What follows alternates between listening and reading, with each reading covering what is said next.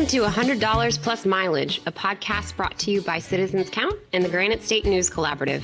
This is a podcast about what's going on in the New Hampshire legislature that probably hasn't been made the news, but could still impact you. We'll give you the unbiased facts, pros and cons, and highlight opportunities for you to get involved and make your voice heard at public hearings or other events. If you're curious about our name, that's what legislators get paid. We actually have a whole mini episode about that topic. $100 plus mileage is definitely less than the minimum wage, which is also a topic we might end up talking about. But for now, we're going to address an issue that really came into focus with the 2020 elections, and that is related to absentee voting. I'm Anna Brown, Director of Research and Analysis for Citizens Count, and I'm here with Mike Dunbar, the Content Editor for Citizens Count. So to start off with a joke that definitely sounds like we're talking about screwing in light bulbs, how many envelopes does it take to mail an absentee ballot, Mike? All right, I didn't know this before last year, but the answer is 2. So there you go. Yeah, so it's because it's basically you have your ballot, which needs to say secrets. Then you put that inside an affidavit envelope, which then goes inside your outer envelope, which actually has your stamp on it and everything. And that's all towards creating secure elections, keeping your vote secret, but make sure it's coming from the right people. And the part we're talking about is just when officials can open each envelope, not even when they can count the ballots. So some days this starts the morning of election day, like Pennsylvania, Wisconsin. Arizona starts 14 days before the election. Other states can start opening these envelopes as soon as they get them in the mail. A couple of those states probably sound familiar. Pennsylvania and Wisconsin, shout out. Mike, that definitely came up in the 2020 election, right? Right. And now there's just so much more focus on when we process and count these ballots. All right. So, yeah, there are actually 4 bills that touch on this topic in the New Hampshire legislature this year. HB 61 and SB 47 would allow early processing of absentee ballots as part of larger plans to expand absentee voting. Then 2 other bills, SB 83 and SB 89, include early processing of absentee ballots without expanding eligibility for absentee voting in general. They make other election changes. And we can talk a little bit about that later, but basically there are many steps to requesting, sending, processing, counting your absentee ballots, and each of those steps has special measures to ensure that this is the vote. It's not fraudulent, it's coming from the person, and your vote is secret. So, Mike, can you walk us through the process for what happens when a town official receives your absentee ballot in the mail? Sure. So the process is that when they go to process these absentee ballots, town and city moderators have to follow very regimented steps. So the first step is they open the outer mailing envelope, so the first of those 2 envelopes we mentioned. They inspect the inner affidavit envelope to ensure that it's signed appropriately, etc. And then they actually have to publicly announce the name of the voter whose ballot they're holding. They open the affidavit and remove the folded ballot itself without examining it. And then they cross the voter's name off of the voter checklist. And then finally, they place the ballot, which they still haven't looked at, into the ballot box. I'm not going to lie. It reminds me a little bit of a Rube Goldberg machine because there's so many steps involved. And it also has a little bit of that feel of almost like you're getting announced at a ball, the way that this person is now voting. Introducing. But the point is security, so the affidavit has to be signed by the voter. If they forget to sign it, the ballot can be rejected. And there were some legal issues about whether they compared the signature on the affidavit with the signature for the original application. And since that could really be open to interpretation, like whether it's the same signature or not, courts mostly struck that down in New Hampshire. But if they can see that the signature definitely is someone else, like it's 100% just someone else's name, someone else signed the affidavit, then requested the ballot, and there's not an issue where it's like they were assisting the voter because the voter has certain disabilities, then that ballot will get rejected. Another kind of weird fact about this whole process, so the affidavit envelope is called a secrecy sleeve. Because it keeps your ballot secret. And if you send in your ballot without the affidavit, it's called a quote unquote naked ballot. So basically your ballot doesn't have any pants. It's super scandalous. And there's also some issues like Florida and Washington in 2020, at least, said, we'll still count your ballot even if it's naked. They do no discrimination against ballot flashing. But New Hampshire said, no, you have to have your ballot in that affidavit because once again, Security. It's a lot of security issues. So the other thing is, so when they're doing this whole, you and I are talking about the opening the outer envelope, inspecting, open the envelope, voters can observe this process, and it's called challenging a ballot. And parties can appoint people in every town and city to challenge ballots as well. So basically, if I know that this person totally does not live at the address that they are showing for their voter registration, I could challenge that and say that person does not live there. So there's this whole other process in state law, which for the sake of time, we won't get into, about what happens if a ballot is challenged. And those ballots ultimately that are challenged or rejected because of the signature or whatever are segregated, and they have their own special procedures. And so, yeah, when Trump talked about people,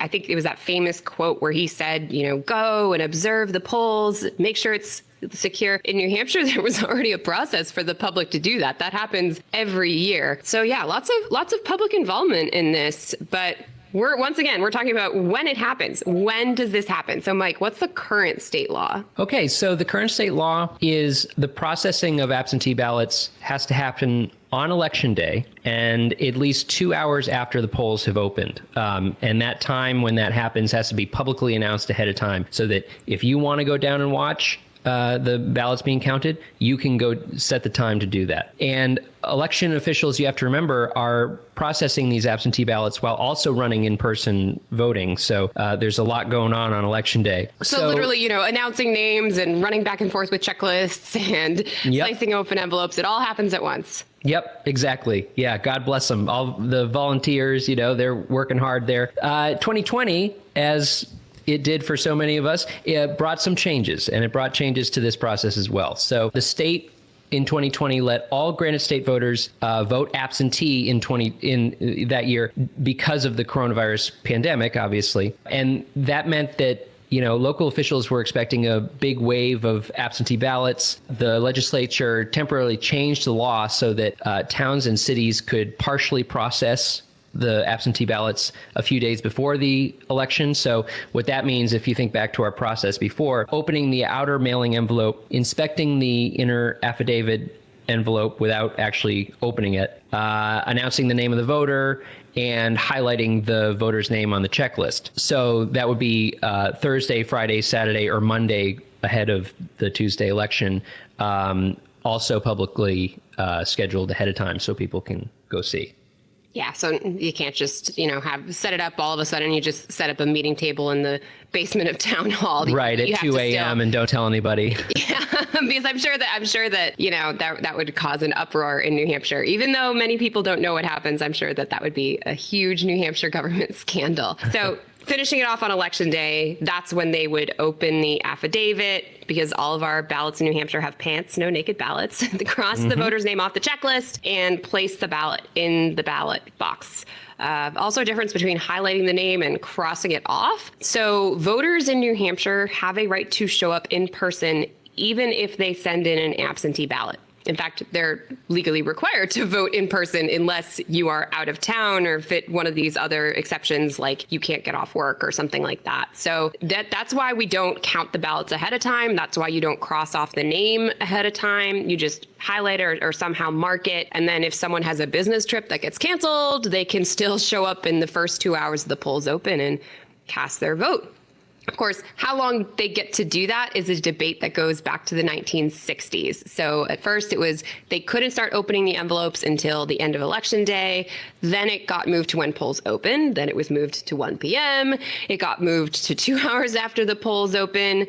There's just all sorts of debates about when elected officials can do this. And so I found, when I was reading through these old bill debates, I found a kind of funny quote. It was in 2005. Secretary of State Bill Gardner, New Hampshire treasurer, he's been running New Hampshire elections for decades, came to testify on this bill that was going to move the time again. And it had a lot of support. And he opened with, "Some have said that is refreshing for the soul to sometimes experience being the skunk at a lawn party."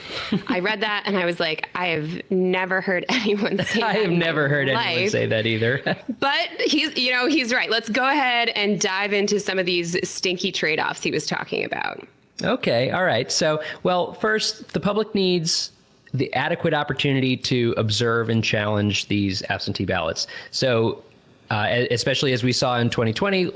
Doing that, it keeps the vote on the up and up. Everybody trusts in the process that way. But if we process these votes on, say, a Thursday with only 48 hours required notice, it can be hard to get time off work. It might make it more difficult for people. Right. It's easier. It's happening election day. It's election day. If you're talking to your boss knows it's election day. Right. Whereas if, 2 days beforehand, you'd have to say, I have to go protect democracy. Not clear how your boss might react. But on the other hand, the laws that was passed in 2020 and some of these proposals would also let it happen the Saturday before an election, which arguably could make it even easier. So that's another factor to consider. So the other one that I think has really been a theme, like I said, back to the 1960s, is how late do we all want to wait for election results? Mm-hmm. So back in 1967 was when they had to wait until the polls closed, and then they could start opening these envelopes, these affidavits, and putting the ballots in the counting process. So that made for really late nights. And so there have also been in between bills just on, can we just do this? Can we just slit open the envelopes even? And so in 2008, there was a law, and the only purpose of this bill was that they could start slitting open envelopes with envelope openers the morning of the election, as soon as polls open. They just wanted those extra 2 hours. And that was another kind of funny bill hearing, because local officials showed up with envelope openers and letter openers, I should say. Envelope openers sounded very strange. Letter openers, those basically knives, like they're used as weapons in Agatha Christie mysteries. Mm-hmm. And so one of the senators said, I would like to say this is the first time in my 20 years here that someone has entrusted 4 senators with a sharp object at this hour of the morning. So, it can be very dramatic at the State House with this absentee envelope business. But it's not just about local officials saying, oh my God, I want to go to bed. The public also has an interest in swift results. So once again, we're looking at Pennsylvania and Wisconsin, drawn out results, uncertainty, accusations that there's just fraudulent votes piling in. And even if that's not reality and not what's going on, I think we can all agree that there was a lot of anxiety created by not knowing election results election night, or at least first thing Wednesday morning. But of course, there's also flip sides to that, which is fraud. Right. Exactly. Yeah. So, when we talk about fraud, to be clear, the Secretary of State Bill Gardner, Governor Chris Sununu, and officials across New Hampshire all affirm the integrity of New Hampshire's voting process, which includes this expanded absentee voting in 2020. But there's less error and room for tampering if we don't touch absentee ballot envelopes until Election Day. Yeah, I mean, and this is the thing, right? We've gone through this Rube Goldberg process of very carefully opening and slitting the envelopes. And you didn't mention, there's also very clear process with sealed boxes, where these envelopes go. They don't just get thrown in a pile, thrown in a bag. There's all this accounting that goes along with it to make sure that no ballots are lost. But you know what? Human error also happens. God forbid, water damage or something. I don't know. It's true. Like you do just slightly open the door for something bad to happen, I suppose, even if we don't have any examples of that being widespread. Sure, it's a concern, and we all value the sanctity of the democratic process in our elections. Okay, the other trade-off that I want to talk about today is the ability for absentee voters to correct mistakes on their ballot. If we're talking about keeping the vote secure, then it's worthwhile to give voters a chance to fix it if they just forget to sign their affidavit envelope, or maybe it's damaged, or God forbid their ballot is naked and doesn't have its affidavit pants. And this happened. So in the Manchester state primary in 2020, about 200 ballots got rejected just because of paperwork errors. It wasn't any sort of question about this person living in Manchester or whatever. It was just, They messed up, which, to be fair, the paperwork I'm amazed it's that few. Yeah. I'm amazed. The paperwork is kind of complex. It's a little legalese. And I think when you first think absentee voting, you think, I can just mark off my ballot and shoot it in the mail. And instead you have to seal all these things and do things just the right way. So, yeah, I know that party officials, too, those appointed observers, were able to contact some of these people and make sure, like, for their own candidate's sake, like, yeah, make sure your vote counts. Okay, so if I had to really quickly summarize the trade-offs, I would say if local officials can start opening absentee ballot envelopes a few days early, we get swift and potentially more accurate vote counts since people can correct mistakes. But some people believe it's still more secure and safer to keep everything sealed until Election Day. So if our listeners have an opinion on this issue, what should they do? All right. Well, there's actually 4 bills that include absentee balloting process that are going to be in front of the legislature this year. So those are HB 61, SB 47, SB 83, and SB 89. So as of this recording, SB 47 had a hearing in January. SB 83 has a hearing on February 8th at 9:30 in the morning. Got to get up early. And no hearing scheduled yet for SB 89 or HB 61, but we'll keep listeners posted on that. Yeah, and we'll include links in the show notes, et cetera, for those bills on our website. I will throw out there, though, 9:30 a.m., not too early when you can testify virtually, since COVID-19 has brought some blessings. And now in New Hampshire, if you want to speak at a public hearing, you don't have to get in your car, drive to Concord, find parking, which, footnote, so difficult in Concord. There are not a lot of spaces, and then the meters are only 2 hours. I'll just throw that out in the world. Now you can go by Zoom. And so you can sign up ahead of time through the legislative website and testify from the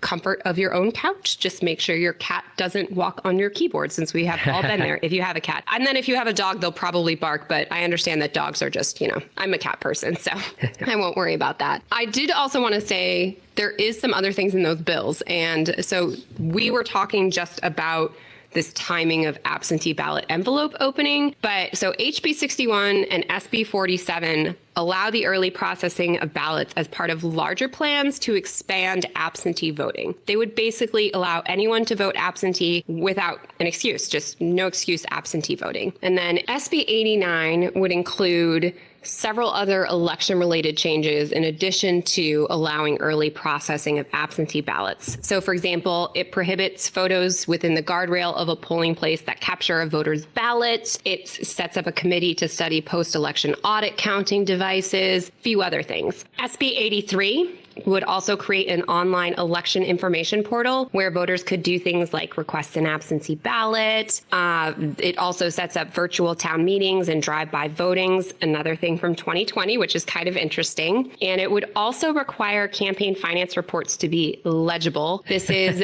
an issue that I personally care about as someone who reads campaign finance reports. The Secretary of State allows candidates to submit handwritten reports, and they just scan them as PDFs. So you find yourself trying to figure out who the heck donated to this person and what the heck did they spend on, because it looks like paperclip bananas, and that can't possibly be right. They just find the person with the worst handwriting in the office just to just to make sure. You definitely find yourself questioning, like, is this intentional or is this just like a generational, like, I should be able to read this cursive? So the SB 83, lots of fun stuff in that one if you want to dig into it. So you don't have to testify on all of those issues, though. If you want to talk about the early processing of absentee ballots, you could, or any other one thing in those bills, you can just offer what you want to offer and then leave it up, the rest up to the legislators to decide. So you can learn about all of these bills on our website, citizenscount.org. So we've reached the point in our podcast, which we are calling Only in New Hampshire, because having a legislature that is populated with people paid $100 plus mileage is just one of the many unique things about our state. So I think our fun fact today is related to the election. Mike, hit me. That's right. All right. So here's the question for you. What happens if 2 people tie in a New Hampshire election? Okay, I am cheating basically because I have had to cover this for Citizens Count. Mm-hmm. I happen to know that the answer is it's by chance and they use dice in a bottle. You would think that would be a joke, right? There's no way that an actual modern day election could be decided by dice in a bottle, but that's actually true. So it gets tossed after recounts, right? Yeah, so I remember in 2014, there was a Danville race in the state primary race, Republican side, and they ended up having to just decide it by chance. And there are many other races in New Hampshire that are decided by just a handful of votes. So, for example, in 2018, Republican Richard Bowden beat Democrat Gail Ober by just one vote to take a House seat in Laconia. And I love to bring this up to any of those Debbie Downer people who say, my vote doesn't matter. It really does in New Hampshire. It's not just a feel-good statement. You can literally be the deciding factor between a Republican or Democratic majority in our state legislature. Kind of similar, even also once they get in there, one vote makes a difference as well. I remember when New Hampshire repealed the death penalty a couple years ago, the ultimate vote to override Sununu's veto passed by just one vote. So that's a little lesson for you and why you should stop feeling sad about democracy and get involved instead. That's right. Your vote counts. Your vote does count. That wraps up our episode for today. You can find more information and episodes at citizenscount.org. We'd also like to thank Franklin Pierce University for producing and the Granite State News Collaborative for hosting. Our theme music is composed by the one and only Mike Dunbar. Lastly, we thank you for giving us a listen and thinking about how you can be a part of what makes New Hampshire by the people, for the people.